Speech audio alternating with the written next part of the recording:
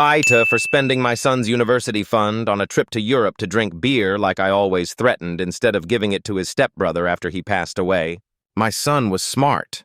Smarter than me. I almost requested a paternity test because he was so damn intelligent.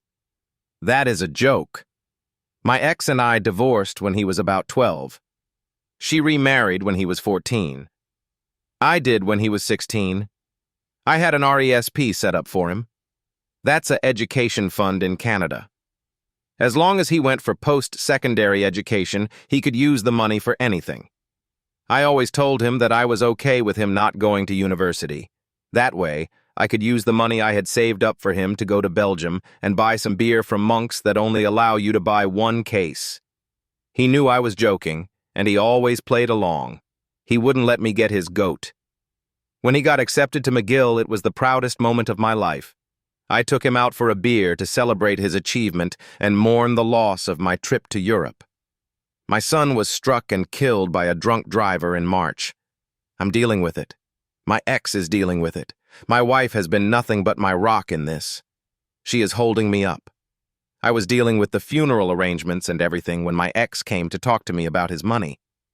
She knew he had a scholarship and was just going to use the money for living expenses and an emergency fund. She asked me what I was going to do with it.